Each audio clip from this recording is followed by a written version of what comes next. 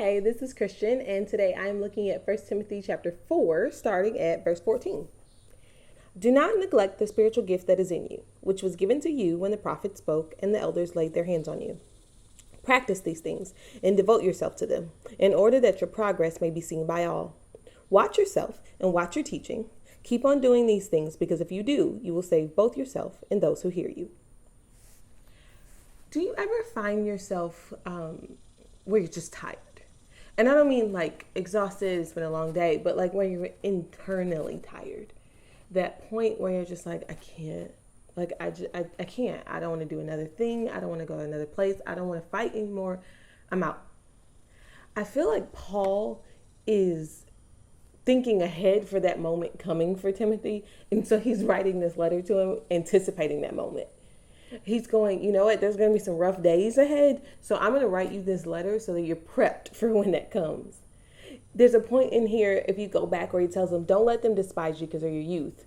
Don't let them tell you you're too young, you're too old, you're not smart enough, you don't have the longest resume, you're not good enough for this, because it's going to come.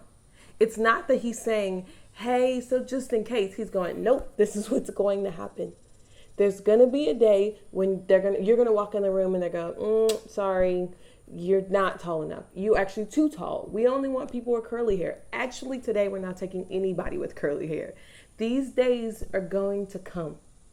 So make sure on those days you remember the calling that I gave you. Remember what we said to you. He tells them, remember the spiritual gifts that were given to you when I laid hands on you. Remember that moment when you were called. Go back to that day when the rough day comes. On the days when you are thinking, this isn't going to happen. It's just not coming.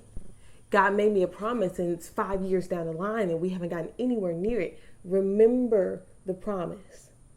And even more than that, remember the promiser. Now, the hard part can be when we find ourselves in a situation that we got ourselves in. So God told you, I'm going to give you an awesome family and it's going to be amazing and you guys are going to honor me and have the best kids. But then, somewhere along the lines, you didn't quite do what you were supposed to do and you slept with somebody and now you have a kid and it's like, I messed that up. And God's saying, go back and remember what I told you. Remember the promise and remember the promiser. Because I redeem.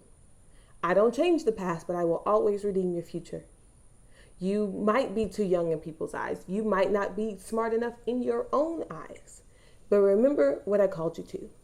Now, my favorite part of this verse is actually just the very end, was he tells them, watch yourself and watch your teaching. Basically, just make sure that you're staying on the path you knew you were supposed to be on. I realize it might not look good. It might not feel great. You are probably just like, I want out. Watch yourself and watch your teaching. Stay true to what you know you're supposed to do.